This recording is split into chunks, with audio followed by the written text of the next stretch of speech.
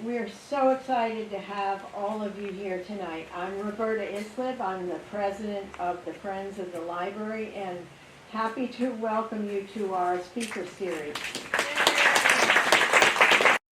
I especially want to thank our newest board member, Ellen White, who thinks the only reason she was invited on the board is because she knows Sam Sifton. But we won't say that's true. But she did promise to ask her husband, Paul, who's back there incognito, to take Sam fishing. And that's how we lured him down here. So thank you, Paul, and thank you, Brendan. Yeah, we're sorry about the weather. Our generous and delightful speaker this evening is Sam Sifton.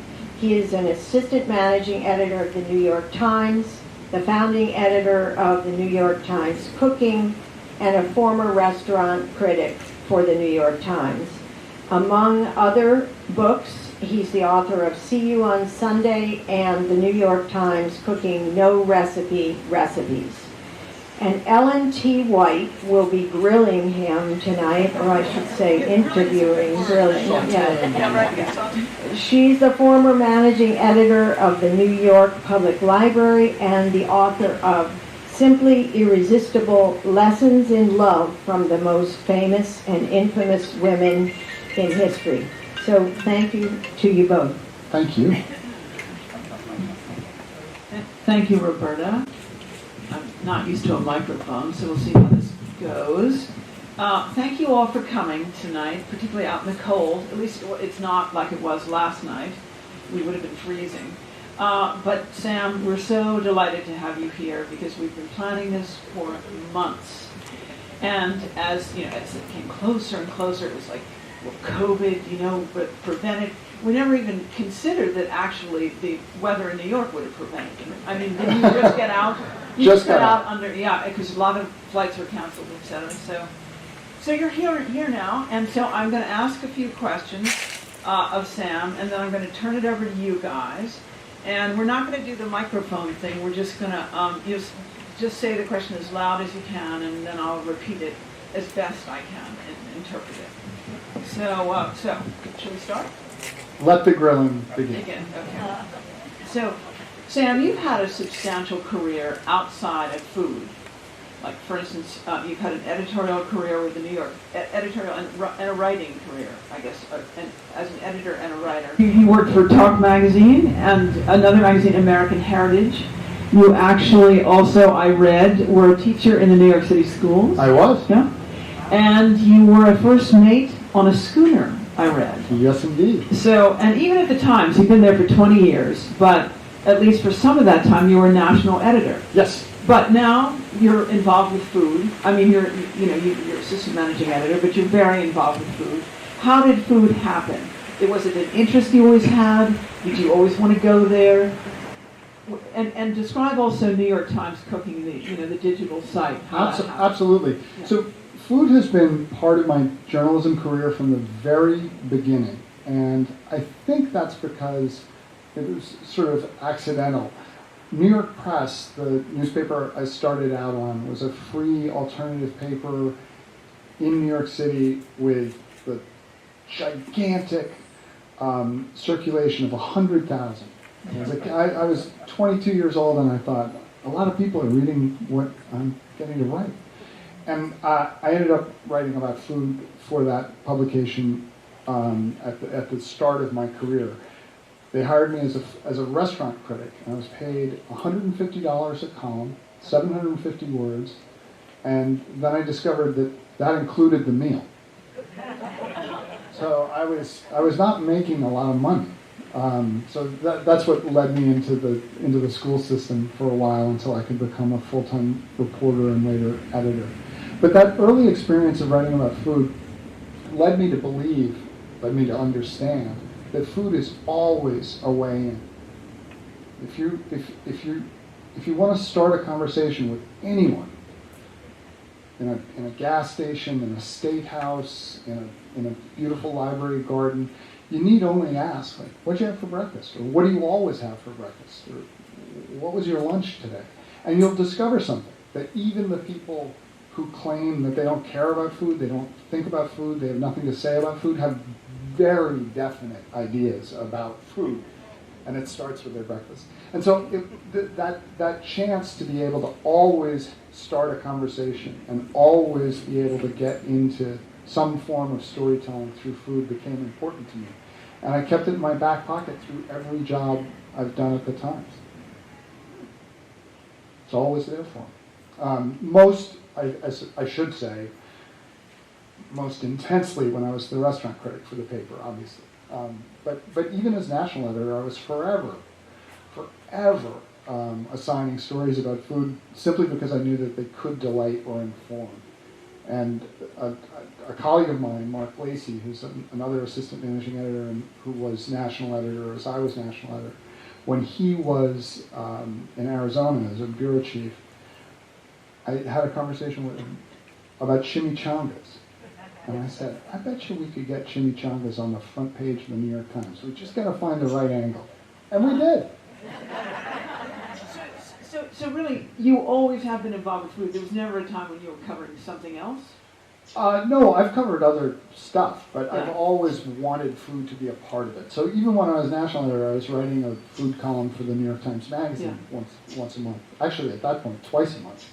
So, but where did the interest in food come from? I mean, from childhood, or did you always cook, or what?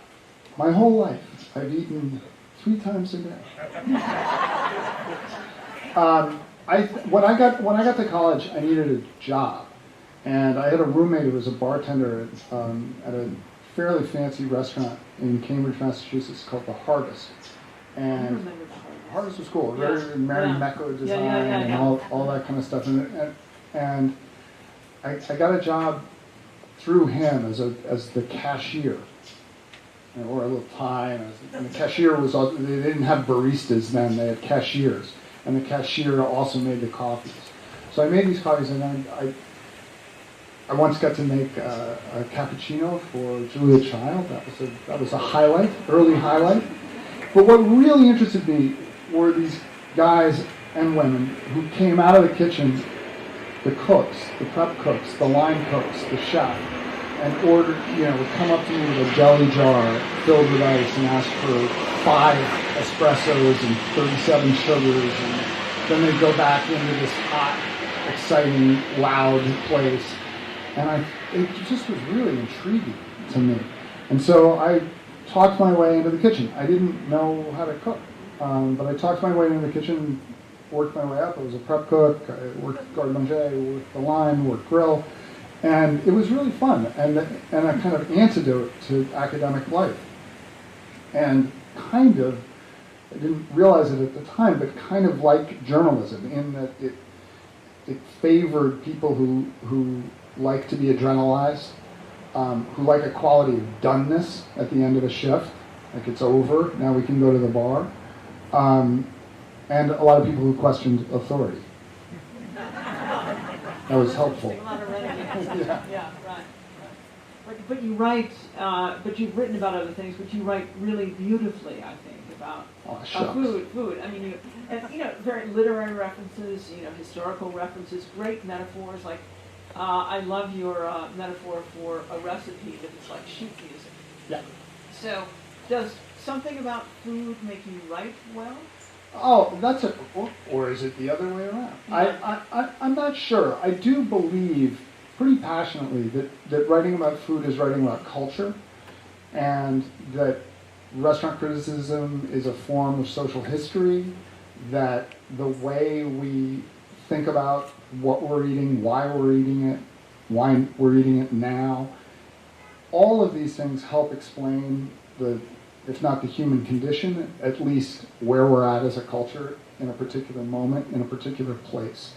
And it's really important to me to take that seriously and not to fall into the tropes of food writing that I really dislike. I want to do food journalism, and I want to do food journaling. So it's important to me to stand strong for the idea that food journalism is a valid form of journalism, and a valid form of culture journalism that helps advance our understanding of the world. that it's not merely like, it's delicious. And it's different from being a critic. Oh yeah. Yeah. How so? Well, the critic's job is to, in a restaurant, the critic's job is to figure out what the story of the place is, what the narrative of the restaurant is, and how that squares between the narrative that the customers are telling themselves, and the narrative that the restaurant is telling itself, and the narrative that the restaurant is telling the customer, and the narrative that the customer is telling the restaurant. There's a lot to unpack there. I guess the easiest way of explaining the joy of restaurant criticism is that you constantly get the chance to explain why a restaurant with not very good food might be a great restaurant, and a restaurant with excellent food might not be a very good restaurant. Why is that? How do we figure that out? How do we tease apart the strands of excellence and lack of excellence to tell a story of a place? Because if it's the right place at the right time, you're telling the story of the community that surrounds the restaurant, and that's a great gift to be given. Yeah, yeah. So I'm going to bring you to the home front. Are you the only cook in your house? Are there other cooks, and are they intimidated by you? Everyone's intimidated. Yeah, right. And is there such a thing as a favorite meal in your house, or is it an adventure every night? Well, you know, the cobbler's children go barefoot. We do have favorite meals, but the fact of the matter is there's a lot of work. I have a lot of work to do to develop new recipes all the time, and particularly these no recipe recipes, which are just riffs. And those riffs can sometimes be colossal failures that need to be revisited. So it's not as if I'm always serving great food to my family. And it's not as if I'm the only one who can cook in my family, but I'm the one who does it for money, and so I'm the one who has to do it. My wife's a great cook. My kids are great cooks. My kids are actually great pastry cooks, so I'm a terrible pastry chef, so I rely on them for sweets. But I do most of the cooking, and if there is a favorite meal, it's when the kids request something, you know, where they say, can we have a hot dog party, or can we do burgers or tacos? I learned a really interesting thing this week from my younger kid who's 18, and I was exhausted after a day of Zoom and nonsense, and I didn't want to cook, but I had these amazing frozen dumplings, Korean dumplings in the freezer, and I knew I could make a great meal out of it. And my kid, who loves dumplings, said, no, it's got to be something else. And I went full shrink, like, what's this about? And we talked it out, and it turns out that my kid has this memory of being a child, 6 or 7 years old, and an exhausted parent, me, serving her fish sticks and frozen vegetables, which are frankly awesome. She didn't feel that way, and she says to me, a home cooked meal, like, I don't like things. You can freeze things, but food that comes out of the freezer, prepared, it's not for me. And I thought, either I'm a good parent or a really bad one.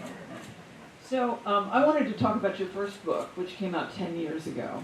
It was called Thanksgiving, How to Cook It Well. Now, that came out in 2012, and that came out of your experience on the New York Times of sitting on Thanksgiving Day, presumably, on the help desk. They had a Thanksgiving help desk. That sounds fancy. Yeah, it was me. Yeah, right. So, you know, why a Thanksgiving help desk? Or do people need more help at Thanksgiving than they do at Christmas or Oh Easter? my God, yes. What kind of help? I mean, I need emotional help usually on Thanksgiving. I'm here for that as well. So Thanksgiving, this great American secular holiday that we all share, which is not true of Christmas or Easter. It's not true of Ramadan. It's not true, right? Like, Thanksgiving is there for one and all, even with its incredibly difficult history, right? It is nevertheless celebrated by all Americans in some form. And every year, it's the same questions. People don't know, they look at this giant bird and they freak out. They realize that there are 15 people coming to dinner and they freak out. And they seek guidance. And for a time, they sought guidance from the New York Times, where I was very happy to sit there with my computer terminal. I didn't take calls like the Butterball team. But it all came in via email or blog comment, and I had my sources so I could go and kind of explain everything. And I did it year after year after year, and it was great, in part because there was a lot of emotional help to offer people in their time of stress and worry. And I thought, you know what's really needed? There are a million Thanksgiving books, a million Thanksgiving lessons, but there's no Hoyle's Book of Rules, or whatever it's called, the card game rule book. Hoyle's, I think it's called Hoyle, right? According to Hoyle. So I thought there needs to be a Thanksgiving according to Hoyle, and I'm the guy to write it. At times it's not unnoted for its arrogance, and so I thought I can do that. I can explain how to cook Thanksgiving well. It's not going to be fancy. We're not going to be doing, we're not changing anything up. It's going to be turkey and a full spread. And if I do that in a way that is bossy and kind, it may be of some service to people. And I think it has been. Yeah, I think so too. I mean, I've read the book and I like it. And I've also been to Thanksgiving at your house. That's right. And I would say that it was maybe 30 or 40 people, all seated at tables in every conceivable configuration, and it was a wonderful time. Yeah, that year was the soup kitchen year. It seemed like it's so difficult to figure out how to get everybody in. I think we had different tables there. Yeah. Tiny. It's not a big enough house to have all these people in, and we've been trying different ways, and then COVID just took it away from us. And I mean, Thanksgiving 2020, table for 4. That was. I've been cooking Thanksgiving for over 20 people for over 20 years. It was really shocking. I got a lot of mileage out of that, though. I told all my friends that I was going to Sam Sifton's house for Thanksgiving, and they were like, "What? You know Sam Sifton?" So, anyway. So now your second book, which came out only 3 years ago, 2019, is that right? And it was called See You on Sunday. And how would you describe that? Spectacularly mistimed. It's a cookbook for family and friends. The argument being that gathering together in groups, accepting strangers, inviting strangers into your home on a regular cadence is a good thing to do for yourself and for your community and for your larger ambit of friends. I really do believe that if you can get into a regular cadence of cooking, and people know and hear about the fact that there's a meal on a Sunday. It doesn't have to be a Sunday. It's a religious, not religious argument, right? It could be on a Wednesday. But if people are aware that there's cooking at Sifton's house generally on Thursdays, and come to depend on it, and come to enjoy it, and bring a friend, some magic can happen. Yeah.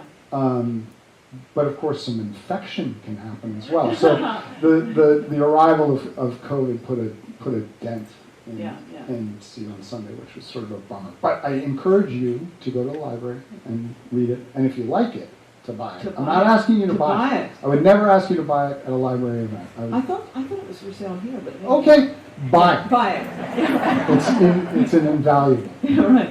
But I have a line. Okay, so I was reading it. And I told you that when I read the introduction to See You on Sunday, I wept because it was so moving about this idea of getting people together and the importance of it. So this line struck me, though.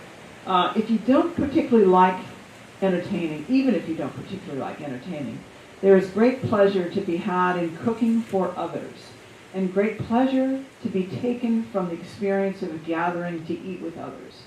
And it seems to me that that's in all the books that I've read of yours, which is all of them, that's your great through line, that food is connection, and that the point of what you're trying to do is not get people to do a recipe well, but to enjoy the process. So many cookbooks, you feel like, there's you've got to do it exactly right. But you coax people into enjoying it. Yeah, but the point is not the cooking. I mean, sometimes it is very much about the cooking. But if what you're trying to do is impress with the that you're doing, then that's about you. But if what you're trying to do is feed others, then that's about other people. And that's a far more important thing to do. And, you know, that line is, I'm glad you quoted that line, because I don't particularly like entertainment. I just don't. I love feeding people, and I love people in my home. And Brendan McCarthy will tell you, like, the reason I like being in the kitchen and feeding people is because then I don't have to be in the living room talking to them. But I love feeding. And all the kind of like, the way that bounces off, the way it disagrees with itself as a way of living your life and cooking, is pleasing to me, and I think helpful to others. Yeah, yeah. I hope so. So now the book that everybody's going to buy tonight, either buy or already has tonight, the No Recipe Recipes, which was done with the New York Times. I know that you offer a regular feature that's a kind of no recipe. But what induced you to try that? So I read a newsletter for the New York Times that's called What to Cook. And it comes out 4 times a week, and it's like an albatross around my neck. I love doing it. I love the kind of dopamine hit I get from sending it out into the world and having people write in and enjoy it and talk about it. But when I'm feeling particularly low, it's just a list of recipes that I'm hyping. I'm just a carnival barker at the front of the New York Times cooking app saying, hey, let's make chicken marbella, everybody. And I needed to figure out ways in that newsletter to keep myself interested and to keep the readers of the newsletter interested. And I knew that wouldn't just be the damn recipes. It couldn't always be, hey, we got a new recipe for chicken piccata. So what then could I do to bring in the interest of the readers? And there were 2 things that I figured I could do. One is to recognize that food is never just about food. And dinner is never just about what you manage to pull off in your kitchen. It's about the movie you just saw, or the song you just listened to, or the book you just read, or the piece of art that you just saw, or the book of poetry you just checked out of the library and enjoyed. And I needed to bring that into the newsletter. And then I also needed to bring into the newsletter this notion that let's not take the business of recipes all that seriously, particularly as we went through the lockdowns of the early kind of well-written seasons of coronavirus. I think the later seasons with these variants, terrible writing. But what can we do to say, hey, you guys know how to cook. You subscribe to New York Times Cooking. You're cooking 4 or 5 times a week. You know how to cook. You don't always have to follow a recipe. So here's a prompt for a recipe. And those prompts came about because I spend a lot of time talking to professional chefs. And I spend a lot of time talking to home cooks. But professional chefs in particular, terrible recipe writers. They speak in a kind of shorthand to people who know what they're talking about. And they can kind of indicate to a line cook, here's what I want you to do. I want you to do X, then I want you to make a béarnaise sauce and put it on X. So we don't need a recipe for the béarnaise. Well, maybe one does. But the notion is there's a sort of shorthand between the chef and who he's talking to, that if you listen to it carefully and you have a few skills, you're going to make a pretty good meal. And so I thought, maybe let's give that a shot. So every Wednesday for a bunch of years, I would write these no recipe recipes. They're just like chord charts for songs that you can make into your own. And then eventually we thought, maybe we should try this as a book. Yeah. And so we did. The photographs are unbelievable. Oh, those and the recipes look so good. They look good. I mean, the ingredients seem so good. So the ingredients are cool. I hope the description of the recipe, no recipe, it's a recipe. Yeah. It's just a different kind of recipe, right? So I'm hoping that the combination of those 2 things allow people to make the recipe her own or his own. Like, Yeah, and I think and that's take more pleasure in it. yeah, because you're reading into it what you know. Right. So I have a desert island question. Ruh-roh. Okay. So you're stranded on a desert island, and inexplicably, there's all the food you could imagine. Oh, great. Yeah, so that's great. But you only get to bring 3 condiments. Either condiments, spices, or herbs. Only 3 of those. And what are they and why? Wow. Do those herbs last forever? Okay. Yeah, okay, yeah, endless supply, but only those 3. Yeah. I got it. I definitely going to take some chili crisp, which is a kind of, it's a Chinese condiment of oil and spicy peppers and Sichuan peppercorn, so it's spicy, numbing, tingly. I'm on a desert island. That pork that I have might go off a little bit. I want a nice, powerful unguent that can go onto it to make it taste better in any circumstance. Would I get sick of Old Bay? No, I don't think I would. So I'm going to also have some Old Bay seasoning, just because you can use it for a lot of different things. I once tried to make an Old Bay ice cream, and it almost worked. And then I've gone to the Delmarva Peninsula and to China and Asia, so I got to get one more, and it's going to be maple syrup. Oh, maple syrup. And if I can combine the maple syrup, the chili crisp, and the Old Bay, I win chopped. Okay, so that's it. That's your answer. That's my Final answer, and I'm sticking to it. Okay, right. All right. Well, so you're still on the desert island. You're an avid fisherman. Yes. Yeah, but you are that even. And is there any connection between fishing and cooking for you? There's definitely connections between fishing and writing. I'm not a big harvester of fish. I practice the art of catch and release, or no catch, no release. That happened today. But I'm not a big meat fisherman.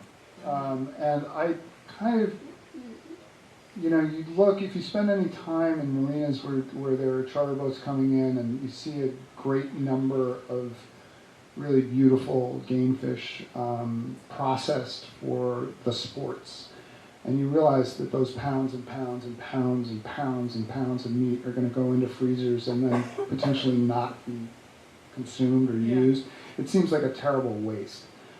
There's nothing I like better than being able to target a species that is not endangered, that is delicious, and that will bring me pleasure later at the dinner table. And I do that a fair amount, not all the time, but I do that a fair amount, and it's lovely, and there's something truly magical, and this is true of hunting as well as fishing, of eating wild animals. But I'm not a fisherman in order to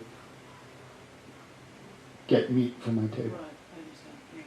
So, in cooking, what stumps you, or what do you have a good disaster story? There's so many disasters. One of the things that I love to do is travel and visit with people, and I'm always game to cook. And I'm game to cook with your terrible knife, with your warped pot, with your balky oven, or even worse, grill. And I've had so many hilarious and wonderful, to me, moments with bad grills. And I recount one of them in See You on Sunday as part of my argument toward cooking more vegetables than meat, where I had this grill that was, and I thought I had it all dialed in, but somehow 20 minutes into it, I went to check on these 2 chickens that I was cooking, smoke roasting, and they were just incinerated. They were just like little black hockey pucks with wings, and I had to get rid of them, and then convert on the fly this chicken dinner into a summer vegetable dinner, and it worked out. So it wasn't a total disaster, except in my heart, where it really was. Well, there was also the one that I read about that was the deep fried turkey. Oh my goodness. Yeah. Okay, so deep fried turkey, one of the great treats of the American South and something I've done a gajillion times. But the first time I did it was on a street corner in the Williamsburg neighborhood of Brooklyn, New York. And a couple things happened. One, we used a brined bird. And what happened when that brined bird went into the hot oil is that a lot of the brine converted to steam, and the breasts blew off. So that was the first problem. Then the second problem was it was an enameled pot, so an aluminum enameled pot and not a stainless steel pot, which I was like 25, what do I know? But the candy thermometer, because I'm a professional, that I was using to measure the heat of the oil, what oil was left after the breasts blew off, pierced the bottom of the pot. And now what oil remained was pouring onto the propane hob. So a lot of things were going wrong at that point. And that's when the police showed up. And luckily, I also had a grill where I had some burgers going, and I gave the cop a hamburger, and he ate it and was cool, because I said, look, I have kitty litter to mop up the spilt oil. So we didn't have the turkey that night. But I was undaunted, and I really do believe that a deep-fried turkey is a wonderful, wonderful protein for Thanksgiving or any other time. Yeah, I've never had one, but Ellen, we're going to change that. Yeah, okay. So now, are you working on a cookbook now? I don't ever want to write another book, ever. No. Writing a book is a tough and solitary act, and when you got a job like mine, which is managing people and working with people, it's complicated. It's hard. Got a lot of responsibilities at the paper that involve managing and involve writing, and finding that time to really put your mind into a book is complicated. I could see doing another no recipe book because I have a lot of those in the sack, and I could figure out a way to zhuzh that up. But if I were to write another big book, let's say not a cookbook, I think I would have to not be doing the job that I'm doing right now in order to really give it the... But that's what I say after every single one of these things. You've written 3 in 10 years, and you've been doing these jobs. So. Yeah. I guess I'll write another one. Yeah, okay. But you don't know what it is right now. I don't. Yeah. I don't. It's probably outdoor cooking. Okay, well, pretty soon I'm going to turn this over to you guys. Great. But I did want to mention, I didn't want to close our conversation without mentioning that you come from a great literary family in New York. Your mother, Elizabeth Sifton, was a prominent intellectual in New York. She was a editor for Farrar, Straus, and Giroux. And your grandfather, the theologian Reinhold Niebuhr, wrote the Serenity Prayer. You all know what the Serenity Prayer is, don't you? I can read it here. Here, let me just read it, because God grant me the serenity to accept the things I cannot change, courage to change the things I can, and wisdom to know the difference. And, that's, of course, everywhere, ubiquitous now, due to AA. Did you know your grandfather? Did you ever talk to him about the inspiration for that? I did know him, but I was not old enough to talk to him about that prayer or any other prayer. He was a sort of spectral figure in my young life, quite old and infirm. He was quite a bit older than my grandmother, so when I was young, he was really old.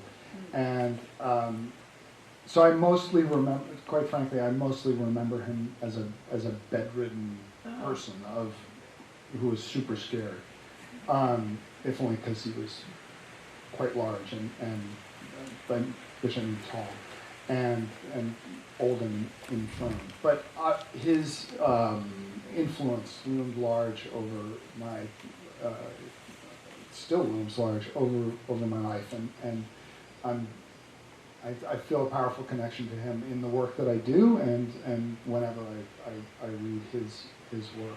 It's interesting on the other side of my family. My grandfather was a newspaper man, as was his wife, my grandmother, and my grandfather, Paul Sifton, was the Sunday editor of the New York World until, as we say in the Sifton family, the world ended. So I'm, you know, I see a familiar. I kind of feel I'm just doing the family business on both sides. Yeah, not so. Because even so now we can turn it over to the audience. So, Sam, do you want to just pick people Yes. when you see their? Okay. Go ahead. Thank you. Back in the late 70s, I was in the restaurant business in Manhattan, and the New York Times restaurant review every week. Mamie Sheraton was the revered and feared critic, but she had profound influence. And I just wonder if today, there's so much more information available about restaurants Oh, for sure. and opinions and so on, I was wondering, does the New York Times still have that sort of reverential... Of course it does. I'm going to repeat your question for those in the back. So our questioner was in the restaurant business in the 1970s in New York City, in Manhattan, at a time when Mimi Sheridan was the feared and famed restaurant critic for the New York Times. Mimi may have been able, I'm not embellishing, but Mimi may have been able to make or break a restaurant. Is that still the case now that we have this democratized world of restaurant criticism, our friends from Yelp and TripAdvisor, the blogs and the like? Can the feared Pete Wells walk through Manhattan with the power of Mimi Sheridan? And the answer is yes and no. More no than yes. Mimi Sheridan, who's still with us, still alive. I spoke to Mimi. I met Mimi for the first time 15 years ago when I was working on the food desk at the Times, and I said, Mimi, it's such a pleasure and an honor to meet you. What do you think of the food coverage at the Times right now? And she said, not much. And I was like, wow, she's still got it. Another great Mimi story, I looked up, I reviewed a restaurant called Palm 2, which is one of the Palm steakhouses in New York, and I thought it was, for whatever reason, it's half a chain, like there are palms all over the place, and I was like, but this Palm 2 is really good, like what's going on here? And I did some research and saw that Mimi Sheridan had given it 3 stars in 74 or something like that. And I looked in the fine print where the stars are explained and the dishes you must order, and there was a great thing where it said price. It said $42 per person with 3 scotches each. And I thought, wow, Mimi, coming in strong. It was just Mimi then. It was just Craig Claiborne before her. You know, it was basically just Ruth Reichel after all of that, and Brian Miller and all those guys, Biff Grimes, eventually me. But yeah, there are all these others out there who are passing judgment on restaurants in New York and in Key West. And, you know, are they right? I don't know. You go to the restaurant and see. I don't think TripAdvisor or Yelp is going to make or break a place. Might be a pain in the butt for the restaurateur, or it might be great for the restaurateur. But the job of a big city newspaper restaurant critic is not the same. It's not to say the food's lousy and the portions are tiny. The job of the restaurant critic is to say, this is why this restaurant matters, doesn't matter, is important, isn't important, is succeeding, is failing, is doing okay, is, et cetera. And I think Pete Wells continues to do that, and I think the New York Times is going to continue to do that for a long time. I just think that now that we're more than a national newspaper, but an international newspaper, we have to figure out a way to cover much more of the country and the world and its restaurants in ways that are complementary to the 1,000-word review that drops on Wednesday in your printed paper when it arrives. Because you're all subscribers, I know. I hope you are. So anyway, Who do we got? Yeah. Way in the back. Yeah. Hi there. Everybody, can you hear me? Yep. Everybody I know subscribes to New York Times Cooking, and we all love it. Can you tell me a little bit about the growth of it and how many subscribers you have now? Oh, I'd love nothing more than to do that. So the question was about the birth and spectacular growth of New York Times Cooking, which now has more than 1 million paying subscribers, which is really cool. I mean, that's like the Los Angeles Times and the Boston Globe together don't have 1 million subscribers for their whole paper. We've got 1 million subscribers for our New York Times Cooking, and 1 million subscribers for our games app. And we just bought Wordle today, if you're playing Wordle. And then, 7 million subscribers to the New York Times. So we're doing okay on subscriptions. But there were not a lot of people at the New York Times when we started cooking who thought that was going to happen. There were a lot of doubters. There were a lot of people who thought, you can go to the World Wide Web and get a recipe for roast pork. Why should the Times be charging for its recipe for roast pork? And the answer is, quite frankly, good luck with your Google recipe for roast pork. If you come to the Times, here's a reported, tested, excellent recipe with a good piece of reporting behind it. And we thought that would work. Why did we think it would work? Do you remember the New York Times cookbook by Craig Claiborne? How many people had that? See? That book was written when the New York Times wasn't an international newspaper, wasn't a national newspaper, wasn't a metropolitan newspaper. It was a city newspaper. And yet Craig Claiborne, and it was Craig's book, not the Times's. That was his great genius, the New York Times cookbook belonged to Craig Claiborne. No recipes, New York Times Cooking, that belongs to the Salzburgers, not to me. I missed the boat on that one. But he was able to collect, under the banner of the New York Times, recipes that went back decades, that were like the ones in New York Times Cooking today, deeply reported, exquisitely tested, delicious, and make it a national bestseller. And a national bestseller at a time when the New York Times wasn't a national newspaper. And I thought from the very beginning we can capture that lightning in a bottle again. We just got to do it on the phone. And that's what we've done. And we're going to keep doing it. And we're going to keep growing. And thank you for that question.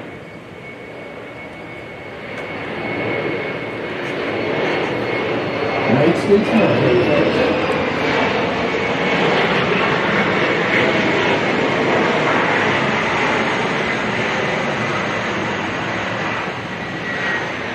All right, we're good. Kale seems to be on the way out. What do you see as new trends in foods? Okay, I missed what's on the way out. Kale? Kale's on the way out? Yeah, kale's been on the way out for a while now, right? I love kale. I'm sorry to see it go. I hope we'll continue to, what's the new kale? Collards, probably. Because you need a leafy green, and you want a nice, tough, leafy green. I'm not a prognosticator on trends. Is this going to be the year of cardamom? Is this going to be the year that Korean food finally breaks through? I'm not entirely sure, but I love watching it. And one of the places you see it is in restaurants, right? You see that there was a point where everybody had calamari and you had to have a fried calamari. Now we're at a moment where you don't really have to have anything other than a roast chicken and a piece of salmon somewhere in a restaurant, and you need a chicken recipe and a salmon recipe on New York Times Cooking because otherwise people are going to go crazy. I'm dodging your question because I'm always wrong, and so I have no idea, except I did say collards are the new kale, and I'm sticking with it. I have nothing to back that up except the force of my personality. Yes, ma'am. I know, do you watch any TV cooking shows? And what do you think? So do I watch TV cooking shows? No. I did a lot when the kids were little. They loved competition shows. My younger one was sick the other day and demanded that we watch Great British Bake Off together, which I found delightful and great. But I really, at the end of a long day of dealing with food, I don't want to watch a competition show. And I find, we're off the record, right? We're going to be quiet. We're not going to talk about stuff. I find those Mind of a Chef shows to be so wildly pretentious and over the top that I just can't. And that's on me, not on the filmmakers who do a brilliant job. It's just not for me. I gotta take a break. I want to watch dark Scandinavian crime. Well, are there any more? There's one. Yes. Yeah. Do you have any favorite comments from New York Times cooking recipes? I will say this. One of the things that I am most proud of with New York Times Cooking is that we don't have comments. If you look closely, it's notes. And that's a little bit of virtue signaling on our part, and I had to fight really hard to get it because comments are the coin of the realm in the world of the internet. But I know that comments always devolve into political arguments. And the quiche Lorraine becomes a litmus test about whether you're a Trumper or whatever. So I didn't want any of that in our world. I wanted a helpful community where users of the app could say, I actually increased the salt or decreased the sugar or used a different temperature or whatever, and people could talk among one another. And I'm excited to say that has been the case with New York Times Cooking, that people are just kind of kind-hearted and good, and we don't have a lot of vicious debate under our recipes for quiche Lorraine and others. But there is a great one in there about a recipe that's terrific, but then the woman, the place that they got the recipe from, the woman stole her husband, and now she doesn't make it anymore. I like that. So maybe one more. Yes. All the additional information that you throw in has nothing to do with food in your column. I envision there's like a back room of 100 people that find all of that for you. Yeah, I wish that were the case. Okay, so those cultural recommendations that follow the hawking of the recipes and whatever moralizing I have at the top. I mean, I'm sorry, folks. That's how the sausage is made. Where did those items come from? And quite frankly, they come. That's my job is to find them, and it's one of the things that makes journalism great. Is that it's part of my job to know what's in Chelsea right now in the galleries, and what's the new music, and what are the books that are worth talking about, and I'm really lucky because I have a job where I oversee the coverage of all of that stuff. And I oversee travel, culture, books, real estate, food, all of that stuff kicks up information that, if it intrigues me, I hope it intrigues you, and I can put it into the newsletter I hope to the delight of a few, and to the fury of very few. It's a little weird. I check my traps. I'm trolling all the time. There are various metaphors I can use, but what I'm looking for is the shock of the news, something exciting, or something old to delight because it's someone's birthday, or there's a science to it. I'm checking stuff. I'm checking publications. I'm checking what we're publishing. I'm checking what happened this day in history. And it's a delight. It's actually one of the best parts of the job. So thank you for asking. Thank you. Well, we'll just do the one more right here. Yes? Sam, have you ever cooked with any of the contributing cooks in the New York Times Cooking? So the question is, have I ever cooked with any of my colleagues on New York Times Cooking? And the answer is yes. He's no longer a colleague, but for a long time, Mark Bittman and I did a shtick for the New York Times Magazine where they would send us somewhere and we would have to cook a feast in a day. And Mark, one of my favorite people in the world, is also really irascible. And it was so great to be able to kind of like tussle with him over the course of a day cooking. I've cooked Thanksgiving soup to nuts in a day in a single oven set to 400 degrees with Melissa Clark. It's such a thrill to be able to cook with those guys because they're really good, and I can document that. And we just built, and you're going to see more and more over the coming weeks and months and years, we built a studio kitchen in New York on the west side of Manhattan, about 10 blocks away from our headquarters on 628th Avenue, where we have 2 set-up studio kitchens where we can cook together and, as the kids say, make content. And I'm really looking forward to getting into that as soon as we're able to do so safely and to cook with even more of you. Thank you all for coming. I think Thanks. Books are for sale over here.